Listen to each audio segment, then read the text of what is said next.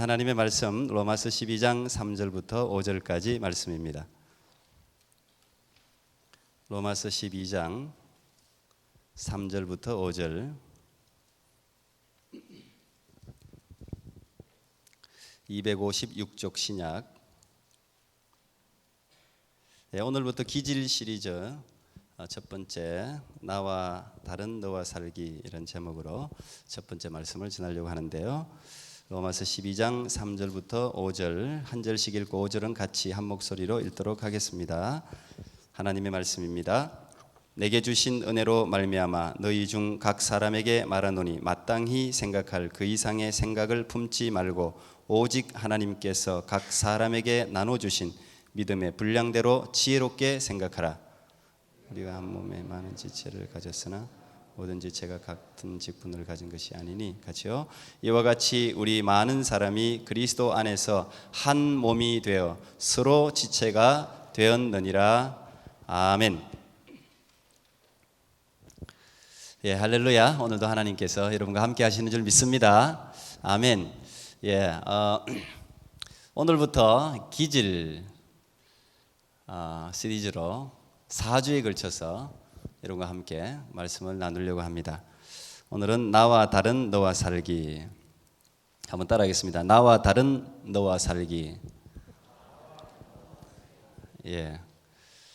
제가 우리 아이들에게 강조하는 게 몇 가지 있는데 그 중에 하나가 인사를 잘하라는 거예요. 인사. 돈 안 들이고 가장 사람들에게 인심을 얻는 것이 인사입니다. 특히 이제 젊은 사람들은 잘 기억하면 좋은데요. 인사만 잘해도 인정받을 수 있습니다. 남자 형제가 인사를 참 잘해서 자기 딸을 시집 보낸 집이 실제로 있습니다. 인사하는 것만 딱 보고 저 형제 괜찮다라고 어른들이 생각해요.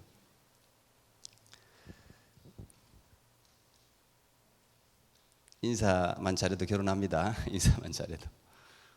또 인사만 잘해도 직장에서 승진할 수 있어요. 승진 순수도 빨라요. 이렇게 수지 맞는 인사를 안 할 이유가 없잖아요. 인사하면은 여러 가지로 덕이 됩니다. 돈 드는 것도 아니고. 어른이나 아이나 인사를 잘하는 우리 하지인이 되기를 축복합니다. 우리 한번 인사하겠습니다. 안녕하세요. 반갑습니다. 인사하겠습니다. 안녕하세요. 반갑습니다. 예, 또 한 번 더 인사하겠습니다. 어서 오십시오. 잘 될 겁니다. 예, 또 교회에서는 이런 인사를 또 하죠. 하나님이 함께 하십니다. 축복합니다. 인사 한 번 더 하겠습니다. 예, 마음을 담아서 인사하면 더 좋습니다.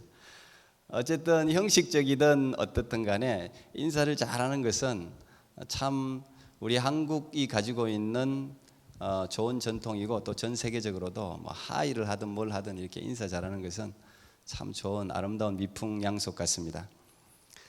사회생활을 잘한다는 말은 좋은 인간관계를 맺는다는 말과도 통하는 것 같아요.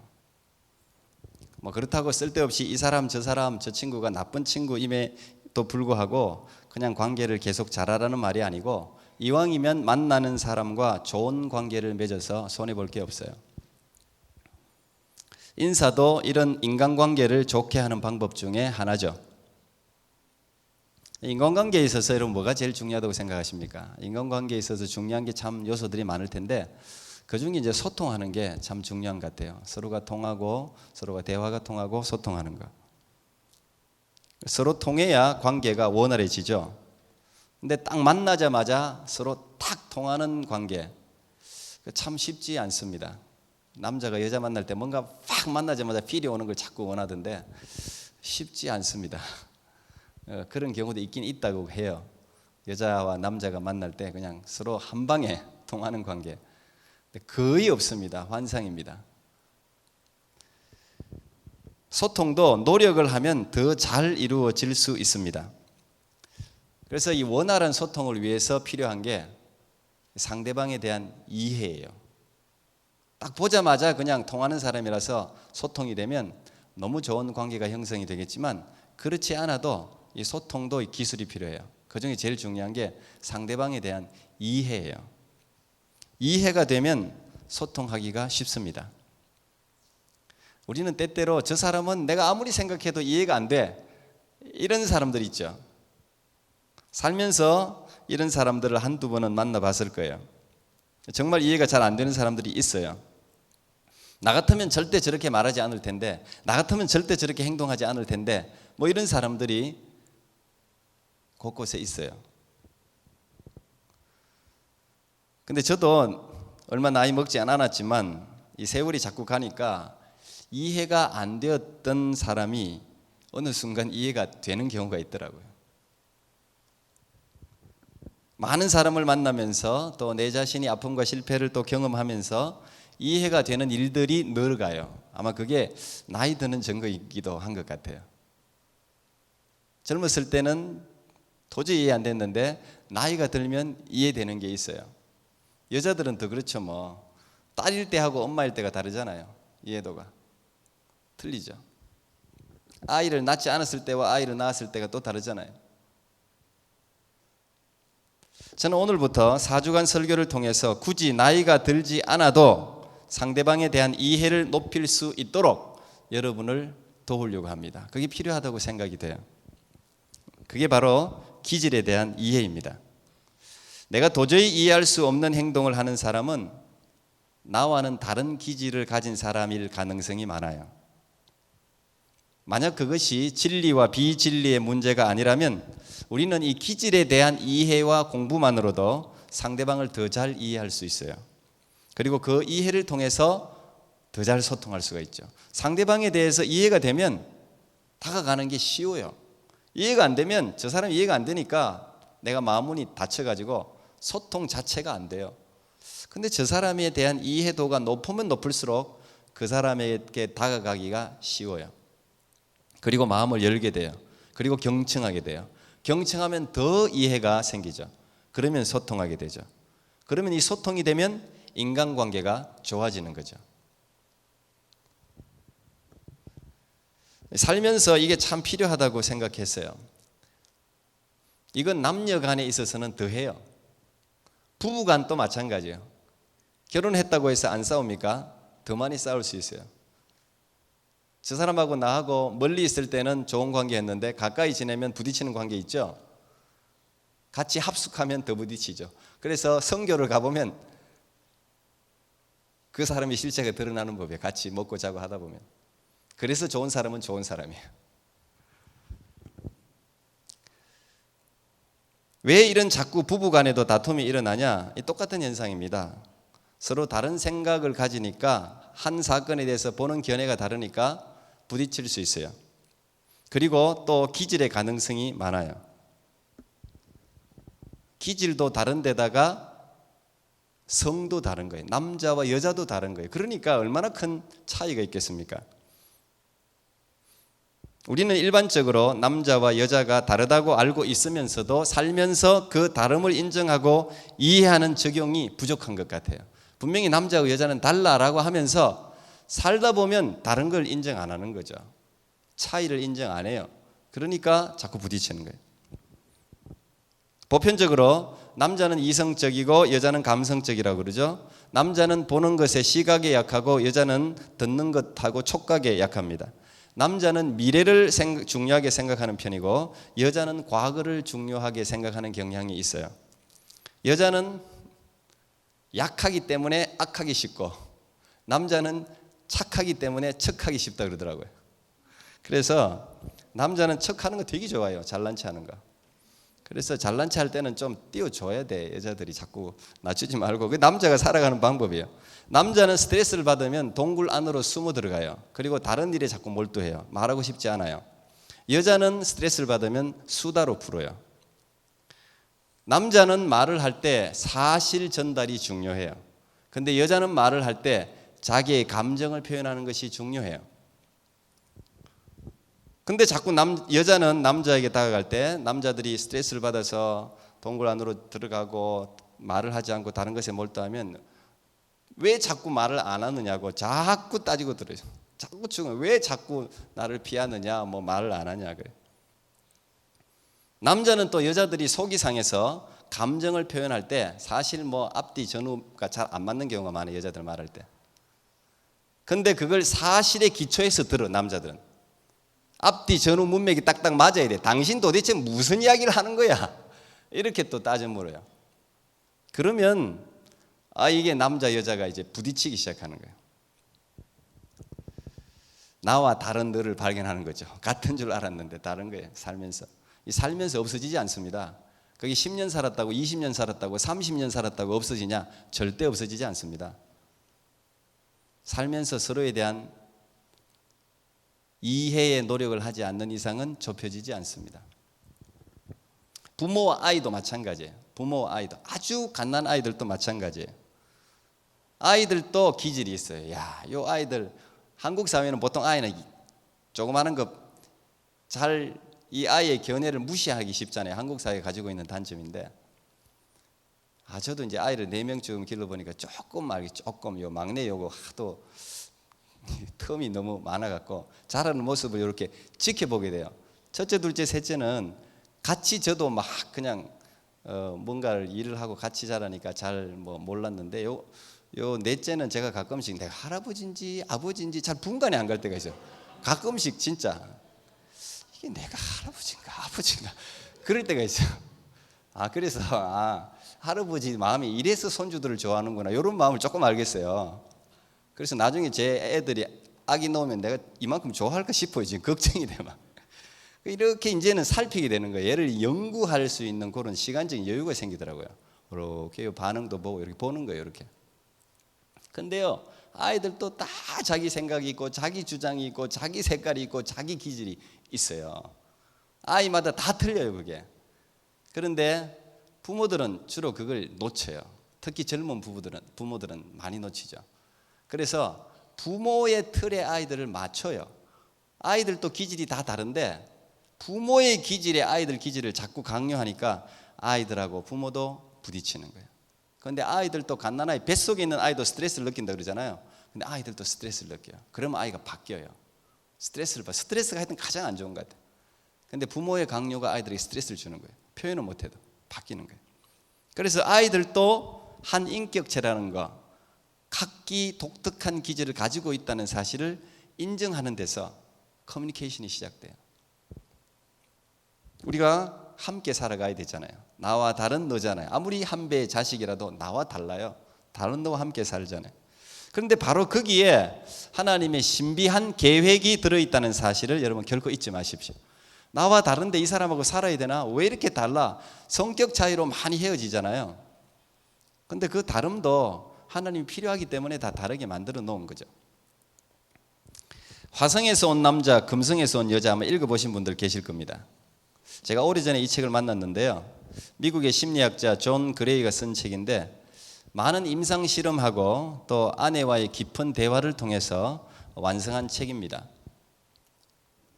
제가 결혼 교육할 때 이 책을 꼭 권하는데 제가 한 명에겐가 책을 줘보고 그 다음 못 줘본 것 같아요. 돈이 없어서 못 사가지고 이 책을 이렇게 하나씩 결혼하는 사람한테 선물하고 싶은데 이 책은 심리학의 기초에서 적은 책이기 때문에 이건 뭐 기독교 출판사에서 나온 것도 아니고 일반 서적에서 나온 건데 크리스찬이든 넌 크리스찬이든 한 번쯤은 꼭 읽어볼 필요가 있는 책이라고 생각이 돼요. 저도 이 책을 읽으면서 여자에 대해서 좀 많이 이해하게 됐어요. 그러니까 결혼하기 전에 읽을 책이 아니라 결혼한 이후에 사람들이 읽어야 돼요. 새로. 늘 성령이 충만하면 이런 심리적인 접근이 사실 필요 없을 수가 있습니다. 성령이 충만하면. 그런데 우리는 거의 그렇지 못해요. 그래서 이런 심리적이고 신체 해부적인 사람에 대한 이해가 꼭 필요하다고 생각이 됐어요. 기질은 뇌의 분비물인 신경 전달 물질인 뉴런과도 깊은 관계가 있다고 합니다. 신생아 베이비 머리 위에 이렇게 모비를 흔들어 보이면 아이들 반응이 다 틀리대요. 어떤 아기는 아무런 반응이 없고요. 모비를 흔들어도 반응이 없고 어떤 아기는 호기심이 생겨서 막 웃으면서 앞으로 나와서 잡으려고 하는 아이가 있고 어떤 아이는 이 모비를 보면서 무서워하는 아이가 있고 찡그리는 아이가 있고 막 팔다리를 부둥거리는 아이가 있고 이게 다 틀리답니다. 그게 기질 때문이래요. 그게 이 뇌 속에 뉴럴이라는 신경 전달 물질에 대한 수용체가 있는데 아이마다 기질의 차이가 나는 것은 이 수용체의 위치가 다르거나 이 수용체의 농축 정도가 다르기 때문에 이게 틀리게 반응한대요. 기본적으로 아이의 기분과 행동에 이 전달 물질 뉴런이 영향을 미친다는 이야기죠. 이걸 통제하는 게 유전자예요. 유전자. 이렇듯 우리가 가지고 있는 이 기질은 유전자에 강하게 영향을 받습니다.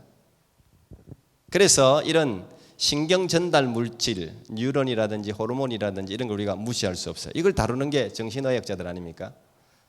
이 현대인들이 가지고 있는 굉장히 많은 우울증, 또 뭐 공황장애라든지 이런 게 다 이 호르몬 분비, 신경 전달 물질과 굉장히 깊은 관계가 있어요.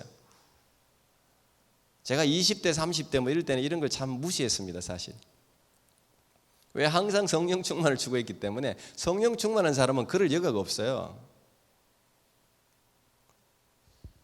어떤 거룩한 크리스찬들은 이런 제가 이제 기질 설교를 오늘부터 한다 그러면 무슨 목사가 세상적인 설교를 하냐 이렇게 따지는 분도 계시는 게 정상이에요. 사실 저도 그래서 이 기질을 설교를 할까 말까를 좀 많이 망설였어요. 제 자신이 이런 기질에 대한 절대성을 안 믿거든요. 저는 사실 믿지 않아요. 그런데 제가 이 기질을 설교하게 된 이제 이유가 이제 계속 이제 설교하면서 나오겠지만 보편적으로 우리가 늘 성령 충만하지 않고 일상적인 삶을 살기 때문에 이 기질은 반드시 알아야 되더라고요. 알아야. 기질이라고 하면 의학계에서는 성인이라고 일컬어지는 히포크라테스가 처음 4가지로 분류했지 않습니까? 몸에서 나오는 체액을 통해서. 그게 2500년 전입니다. BC 한 400년경이에요.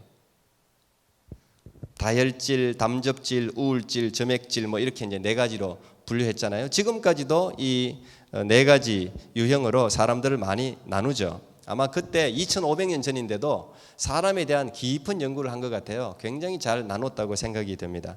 이 부분은 제가 다음 주에 좀 더 구체적으로 말씀을 나누겠습니다. 어쨌든 하나님은 나와 다른 너를 만드셨어요. 그리고 함께 살게 하셨어요. 인간에게 이런 고유한 특성을 주신 분은 하나님이세요. 저는 오늘 첫 기질에 대해서 설교를 열면서 이 한 가지를 주목하려고 합니다. 하나님이 우리를 각기 다르게 창조하셨다는 것이죠. 각기 다르게 창조하셨다는 것은 각기 다른 유전자, 각기 다른 지문, 각기 다른 얼굴, 각기 다른 마음, 심리 다 각기 다르게 주셨다는 거죠. 다 다른 거예요, 이게. 이건 하나님의 위대한 예술적인 능력이 아니면 절대 이렇게 만들 수가 없어요.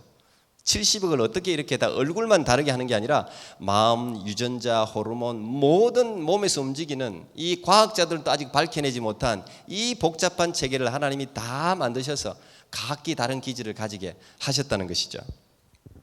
인간에게 이런 다른 기질을 주신 것은 하나님의 선물이라는 사실을 먼저 기억했으면 좋겠어요. 근데 제가 이제 가면서 더 덧붙여서 말씀을 나누겠지만 더 중요한 것은 서로 기질이 다르다고 해서 오늘 존 그레이 박사가 말한 것처럼 행성에서 왔고 뭐 금성에서 왔고 뭐 화성에서 왔고 각기 다른 행성에서 온 건 아니라는 사실이에요. 그건 세상적인 사람이 이제 심리적인 관점에서 제목을 붙인 거고 우리는 한 하나님으로부터 왔어요. 서로 각기 다른 것은 각기 다른 목적을 위해서 만든 게 아니에요. 하나의 목적을 위해서 만들었어요. 오늘 본문이 그걸 이야기해 주는 것이죠. 바울은 한 몸에 많은 지체가 있다 그랬어요. 한 몸에 손도 있고 발도 있고 눈도 있고 귀도 있고 머리도 있고 뭐 한 몸에 다 붙어 있는 거예요. 이 모든 지체들은 한 몸을 위해서 봉사합니다. 한 가지의 목적을 가지고 있는 것이죠. 개인도 그렇고 공동체도 마찬가지죠. 교회도 마찬가지예요. 교회가 얼마나 많습니까? 이 토론토에만 해도 한인교회만 해도 이렇게 많은데 그런데요 교회마다 색깔은 다 틀려요. 조금씩 다 틀려요. 그러나 건전한 교회라면 신앙 고백은 하나예요. 가는 목적지도 한 군데예요. 모든 교회는 색깔이 다르지만 다 하나님의 영광을 위해서 봉사해야 돼요. 오늘 본문에 기록된 말씀이 바로 그런 말씀이죠. 각기 다른 역할이지만 한 몸을 세워가야 된다는 것이죠. 3절에 보니까 내게 주신 은혜로 말미암아 너희 각 사람에게 말하노니 마땅히 생각할 그 이상의 생각을 품지 말고 오직 하나님께서 각 사람에게 나누어 주신 믿음의 분량대로 지혜롭게 생각하라. 이걸 공동번역은 자신을 과대평가하지 마라 이렇게 번역해놨어요. 자신을 너무 과대평가해서 내가 모든 것을 할 수 있다고 생각하지 말고 하나님이 독특한 기질을 주셔서 네가 잘할 수 있는 것, 네가 희생할 수 있는 것, 네가 봉사할 수 있는 것, 네가 세울 수 있는 것, 그 부분에 치중하라는 거예요. 그 역할만 하면 된다는 것이죠. 믿음의 분량대로 지혜롭게 생각하라는 거예요.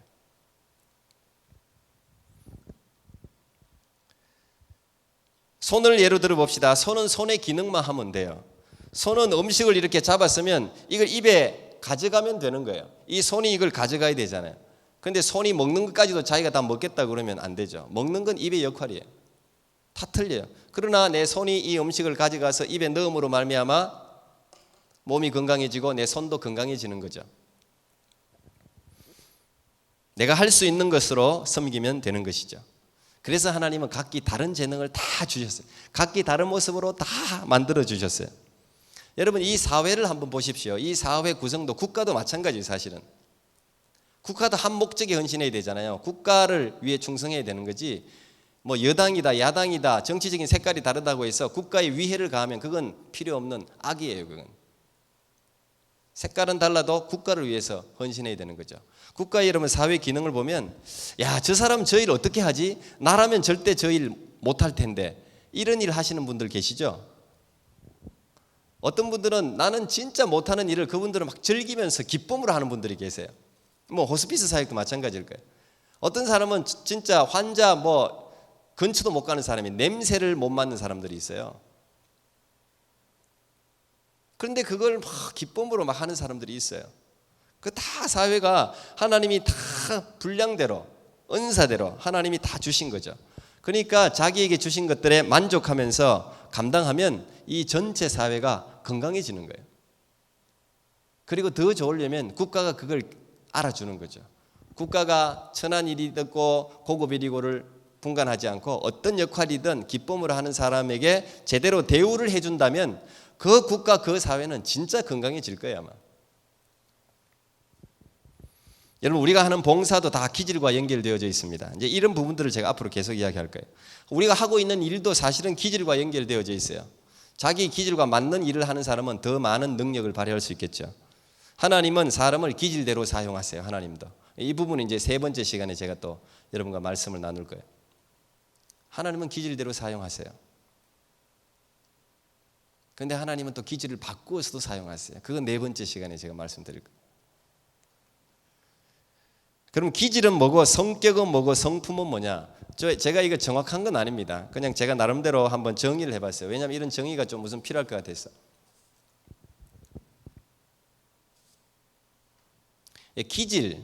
기질은 그냥 일반적으로 이야기할 때 템퍼러먼트 저게 일반적으로 유전적인 거예요. 태생적으로 가지고 나오는 유전자라고 볼 수 있겠죠.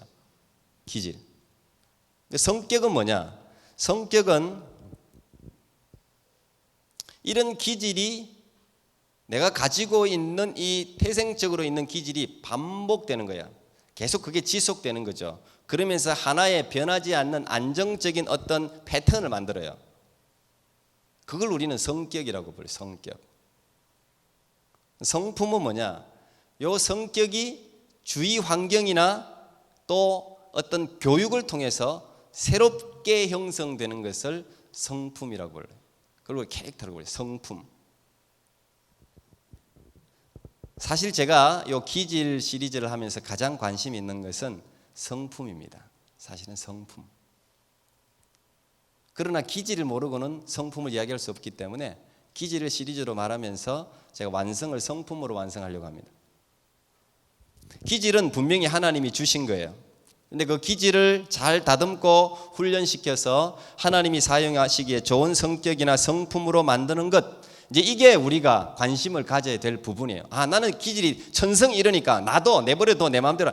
이게 아니라 하나님이 주신 기질은 나쁘고 좋은 게 없어요. 다 하나님이 필요해서 주신 기질인데 그 기질이 자기가 하나님께서 맡기신 역할 아니면 이 사업에서 맡기신 역할을 하기에 적당한가 적합한가 하는 것은 스스로 체크해야 된다는 것이죠.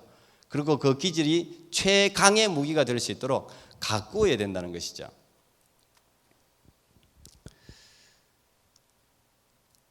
이 시리즈 설교를 제가 이 방학 때 하고 있는데 시리즈 설교가 가지고 있는 장점이자 단점이 있는데요. 단점은 한 주만 들어서 설교를 평가하면 안 된다는 것이고요. 장점은 그 주제에 대해서 충분히 깊이 있게 완성해 간다는 거예요. 그래서 한번 이제 이 기질 설교를 듣고 그냥 전체를 평가하면 안 됩니다. 마지막까지 이게 어떻게 완성되어져 가는가를 여러분 기대하시면서 들으시면 좋을 것 같아요. 분명히 저는 세상의 의학자, 심리학자, 철학자들이 분석하고 접근하는 방식을 통해서 인간의 기질을 설명하려고 합니다. 그것이 필요하다고 믿기 때문이죠. 사람은 잘 바뀌지 않아요. 사람의 기질이 잘 바뀌지 않기 때문에. 우선은 제가 이렇게 접근하는 이유는 이런 접근을 통해서 일반적이고 기본적인 인간에 대한 이해를 먼저 하시기 바랍니다.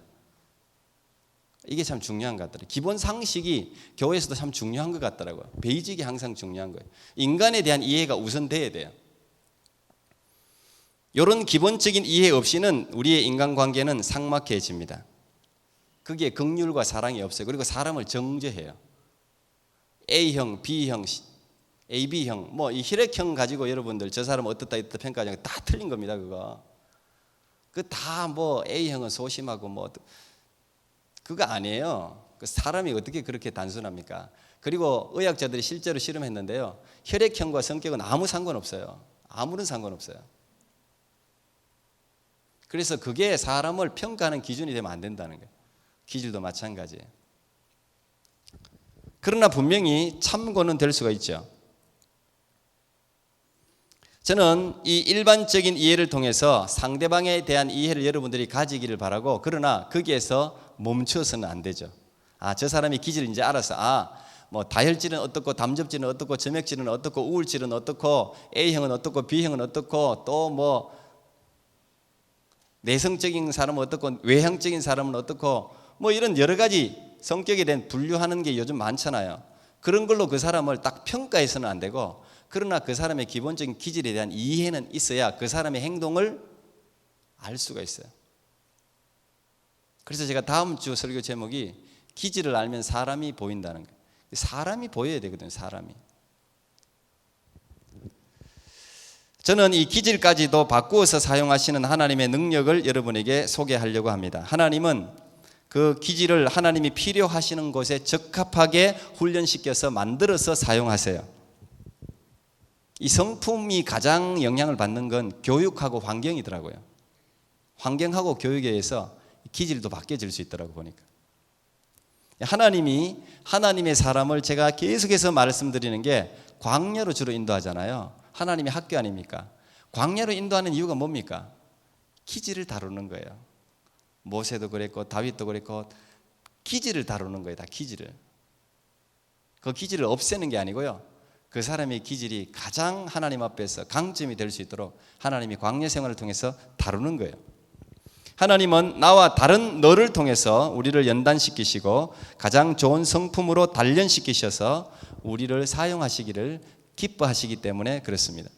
그래서 잠언 기자는 이렇게 이야기를 했죠. 잠언 27장 17절 보니까 철이 철을 날카롭게 하시는 것 같이 사람이 그의 친구의 얼굴을 빛나게 하느니라 그랬습니다. 철은 반드시 철을 통해서 날카롭고 다듬어지는 것처럼 사람은 반드시 사람을 통해서 자신을 알게 돼요. 자기가 누구인지 혼자 있어서는 잘 몰라요. 근데 여러 사람과 함께 있으면서 자기 자신을 알게 돼요. 내가 이런 사람이었구나. 내게 이런 좋은 점이 있었구나. 내게 이런 잘못된 점이 있었구나 하는 것들을 발견하게 되는 거예요. 그래서 하나님은 나와 다른 너를 다 만드셨어요. 그 아래 보니까 27장 21절에도 도가니로 은을, 풀무로 금을, 칭찬으로 사람을 단련한다. 그렇게 잠언 기자는 말하고 있습니다. 사람을 통해서 나와 다른 사람은 여러분의 선생으로 하십시오.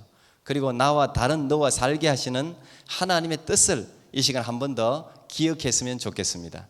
다른 사람과 함께 살면서 자신을 발견하고 그 사람에게 내가 도움이 되고 그 사람을 통해 내가 또한 도움을 받는 그런 좋은 인간관계가 여러분에게 형성되기를 축복합니다. 기도하겠습니다. 하나님 감사합니다. 오늘부터 기질 시리즈로 4주간 말씀을 나누게 됩니다. 하나님, 정말 나와 같이 사는 남편조차, 아내조차, 자식조차도 나와는 다릅니다. 하나님, 이렇게도 각 사람을 다르게 창조하신 주님을 찬양합니다. 하나님, 다르기 때문에 틀린 것이 아니라 다르기 때문에 내게 없는 것을 내가 그를 통해 얻게 되고 또한 내가 가지고 있는 것을 그에게 나누어 주는 그런 참으로 좋은 관계가 형성되는 기쁨을 허락하여 주시고 우리가 가는 곳마다 좋은 공동체가 이루어지는 피스메이커가 다 될 수 있도록 함께하여 주옵소서. 예수님 이름으로 기도합나이다. 아멘.